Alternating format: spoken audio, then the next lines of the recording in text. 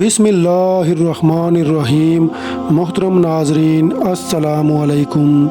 नाजरीन, अल्लाह ताला कुरान करीम की सूरह अल इनआम में फरमाता है, ऐ जिन्नों और इंसानों की जमात, क्या तुम्हारे पास तुम ही में से रसूल नहीं आए थे जो तुम्हें मेरे अहकाम सुनाते थे और तुम्हें डराते थे उस दिन की मुलाकात से।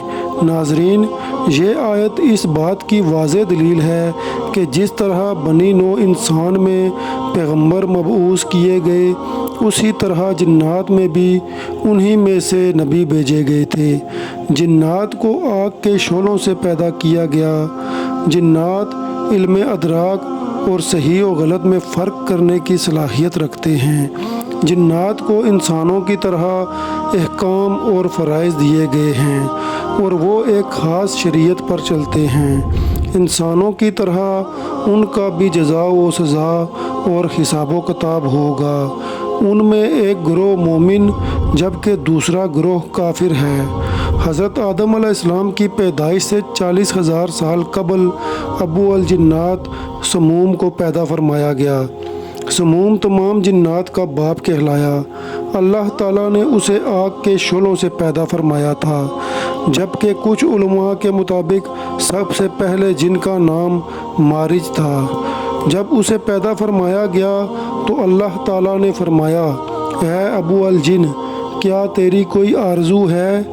उसने जवाब दिया, मेरी तमन्ना ये है कि हम सबको देख सकें लेकिन हमें कोई ना देखे और मेरी नस्ल के तमाम जिन्नात हमेशा जवान रहें।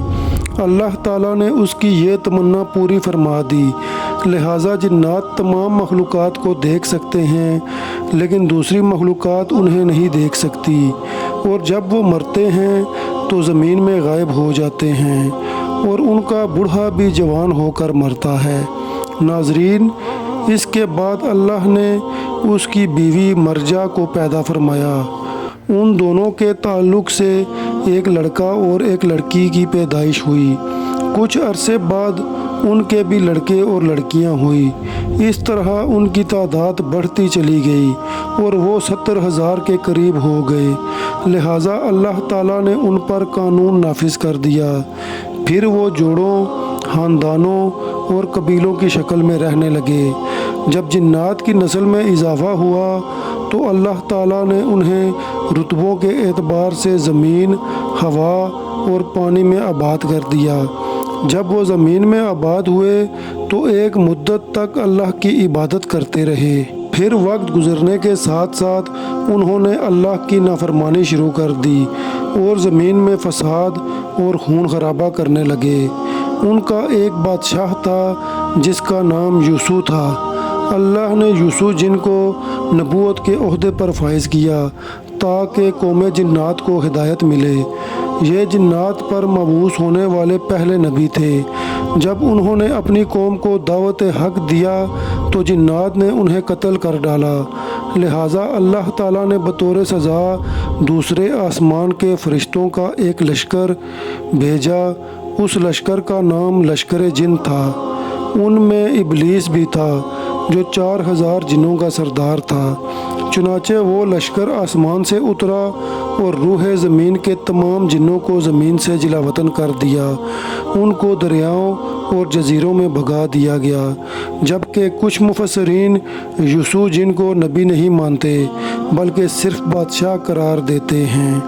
अल्लाह ताला ने जिन्नात पर 800 सालों तक कई पैगंबर भेजे लेकिन जिन्नात उन्हें शहीद करते रहे। इसके बाद अल्लाह ने जिन्नात पर अपना अजाब नाजिल फरमा दिया और जब उन पर कहर नाजिल हुआ तो ज़मीन का बड़ा हिस्सा उनसे साफ़ कर दिया गया।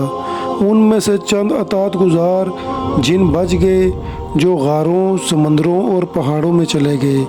लिहाजा जिन्नों पर एक लश्कर भेजा गया जिनका सरदार इबलीस था।